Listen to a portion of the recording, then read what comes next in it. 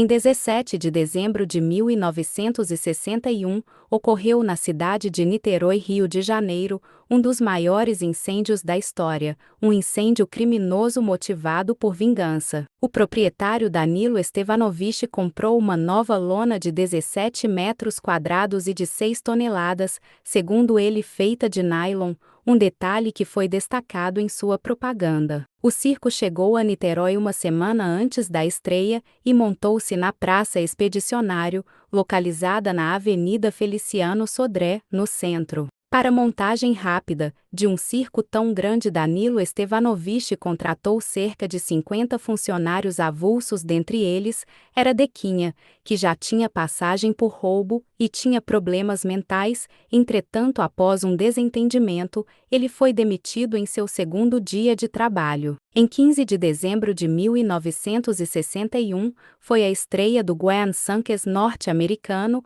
O sucesso era tanto que Danilo teve que suspender as vendas de ingresso. Dequinha tentou assistir o show sem pagar, entretanto foi visto pelo domador de elefantes, Edmilson Juvencio, que o expulsou. No dia seguinte, dia 16 de dezembro, Dequinha tentou entrar novamente, dessa vez outro funcionário, o arrumador Felizardo viu. Dequinha acusava ele de ser o responsável por sua demissão e começou a ofender-o verbalmente. Felizardo agrediu e Dequinha jurou vingança. No dia 17 de dezembro de 1961, Dequinha se reuniu com José dos Santos, o Pardal, e Walter Rosa dos Santos, o Bigode, com o plano de pôr fogo no circo.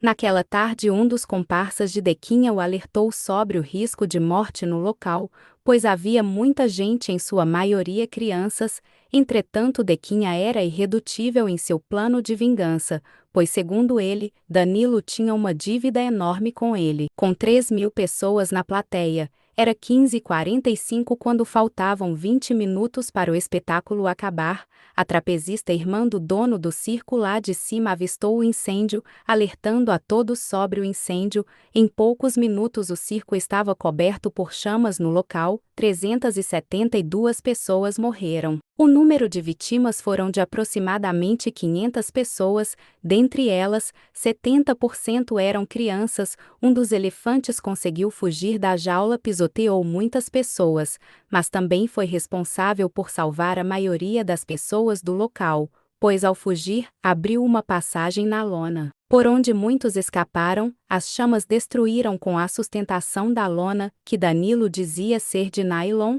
porém era de algodão revestido com parafina, um tecido altamente inflamável. Caiu sobre as pessoas que ainda não haviam conseguido fugir. Ironicamente, os profissionais do maior hospital da cidade, Antônio Pedro, estavam em greve. A população arrombou as portas do hospital e todos os médicos da cidade foram convocados via rádio. O exército ia na casa dos médicos para que fossem ajudar a socorrer as vítimas do incêndio. Até mesmo em teatro e cinemas, os médicos eram convocados para que se retirassem do local e fossem obrigatoriamente atender as vítimas. O estádio Caio Martins, provisoriamente, foi usado para que todos os empreiteiros da cidade se reunissem para construir em caixões. Um novo cemitério teve que ser construído na cidade vizinha de São Gonçalo. Após o depoimento do funcionário Felizardo, denunciando que Dequinha havia prometido vingança, 5 dias depois ele e seus comparsas foram detidos. No dia 22 de outubro de 1962,